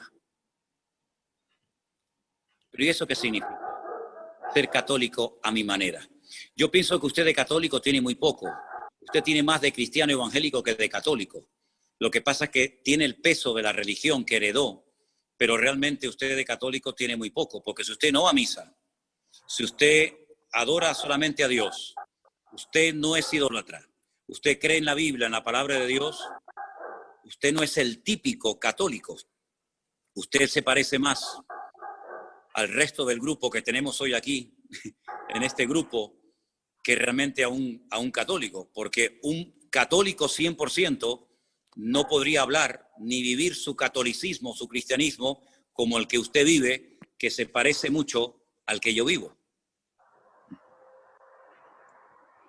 Sí, yo lo que a ver, posiblemente y seguramente lo que usted me contestó, pero supongamos que yo me paso al evangelismo, pero voy a actuar de la misma manera. No sé si me sé explicar. Yo lo siento de esa manera, no siento la necesidad de leer la Biblia o de escuchar. Sí, soy atento a muchas cosas, pero no siento esa necesidad. Y por eso no me siento menos, ni dejo de adorar al Señor y pienso en Él. Usted no tiene que pasarse al evangelismo. Usted no tiene que pasarse al evangelismo para nada.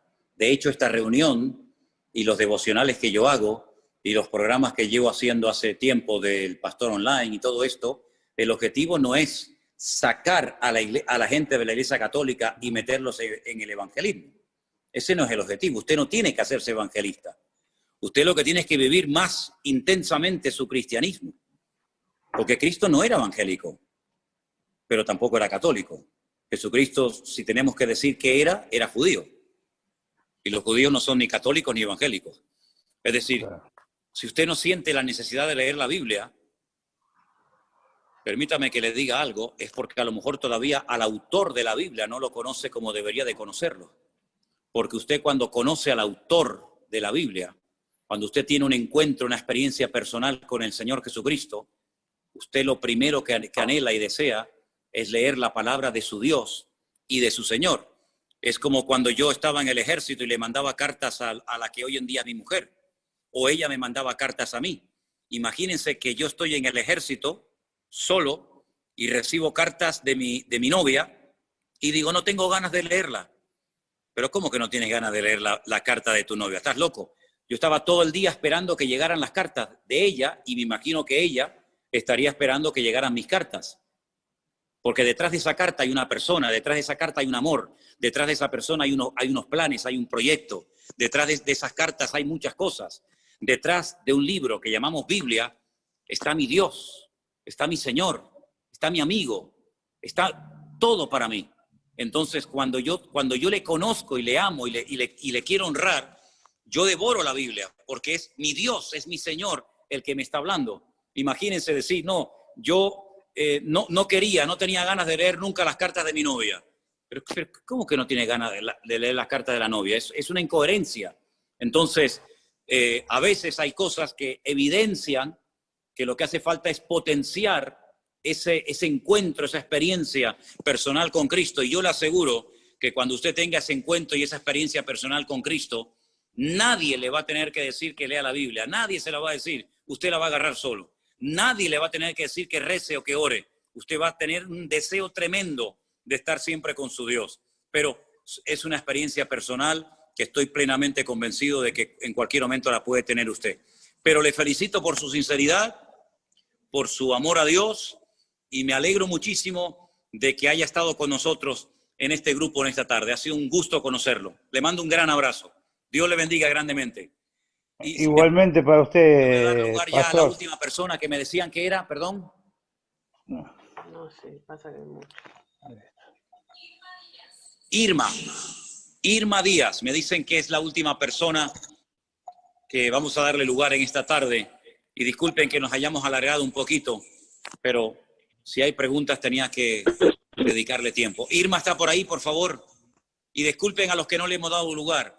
Vamos a tener otras reuniones, si les parece, ¿sí? A ver, ¿dónde está Irma? Que no la veo. ¿Está por ahí? Abra su micrófono, Irma, para que la escuchemos bien, por favor. No se oye. Lo tiene abierto, así que hable, Irma. Sí, está abierto. Ahora, hable fuerte, que la oímos bien. Sí, buenos días, pastor.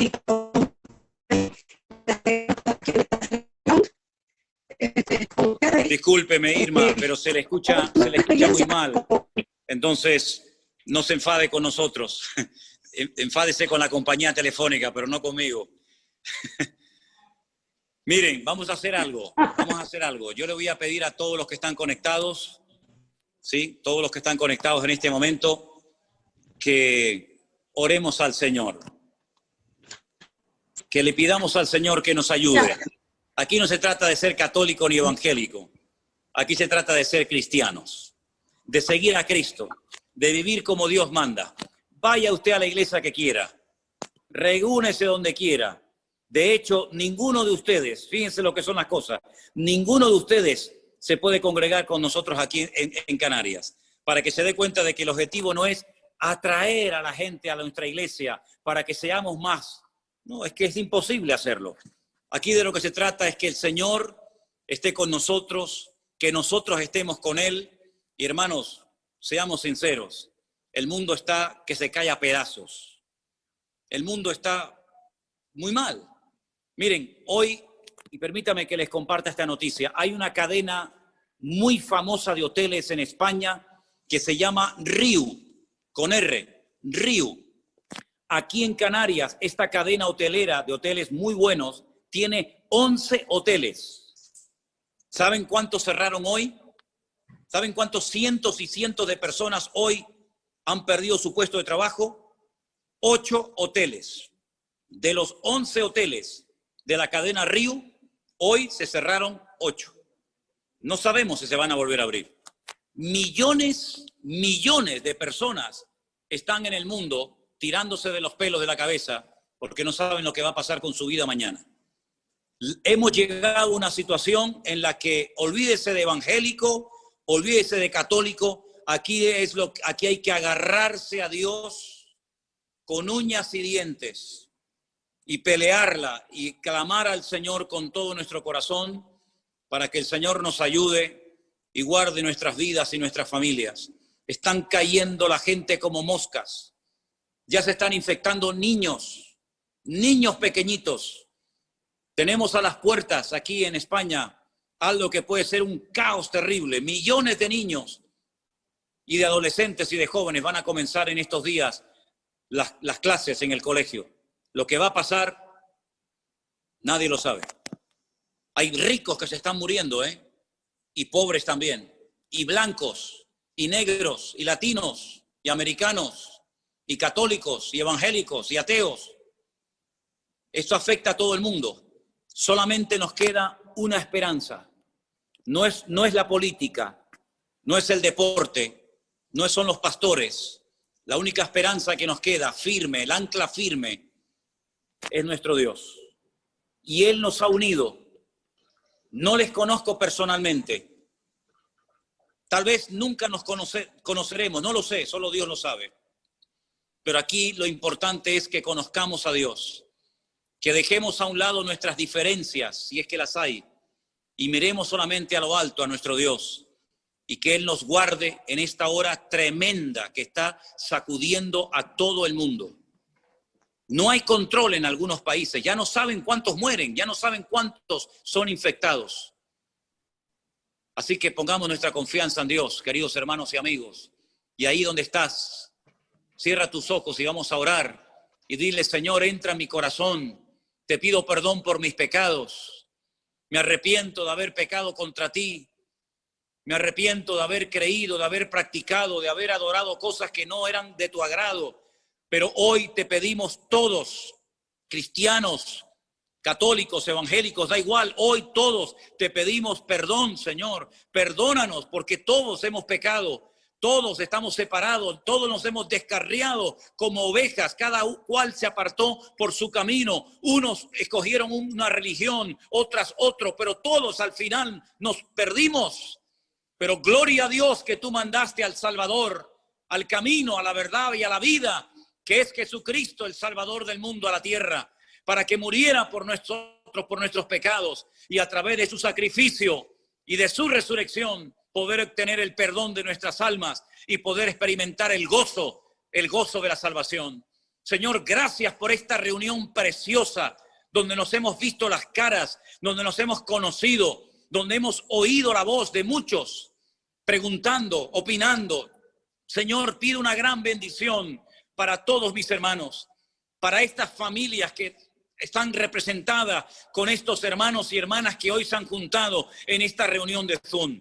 Señor, ayúdanos, que no te fallemos en esta hora. Aumenta nuestra fe, Señor. Aviva y despierta a tu amada iglesia y únenos con tu Espíritu Santo, Señor, para que demos testimonio al mundo en esta hora difícil en la que estamos viviendo todos los habitantes de la tierra. Ayúdanos a los cristianos, ayúdanos a nosotros como pueblo de Dios, iglesia tuya que somos, a mantenernos firmes en la fe, a no tener miedo de nada ni de nadie.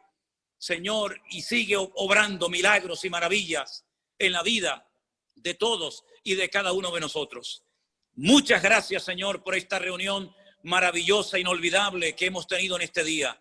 Bendigo a todos mis hermanos, Señor, y que tú sigas usando nuestras vidas, lo poquito que podemos aportar desde esta parte del mundo para bendecir a tanta gente. Ayúdanos, Señor, y que no haya nadie que se pierda, que no haya nadie que se condene, que no haya nadie que pierda la oportunidad y el privilegio de conocer a Cristo como su Señor y Salvador personal. Gracias te damos en el nombre de tu amado Hijo Jesús. Amén y amén. Gloria a Dios. Mis queridos hermanos, Dios les bendiga. Sé que ha habido problemitas con el sonido, con la imagen, con una cosa y con otra, pero gracias al Señor hemos podido celebrar esta reunión. Que Dios les bendiga. Me alegro mucho de haber estado con ustedes.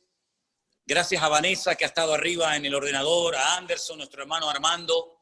Hemos estado grabando esto para también que otras personas también puedan ser bendecidas. Ahora, si quieren, abran todos sus micrófonos y que el Señor les guarde y les bendiga. Yo mañana estaré por la mañana en el devocional, como siempre, a la misma hora. Y que Dios les guarde. Sigan orando por nosotros, como nosotros lo hacemos por ustedes. El Señor les guarde. Pastor. Un abrazo para todos. Gracias, pastor. Muchas gracias. Gracias. Bendiciones. Les aman el amor de Cristo.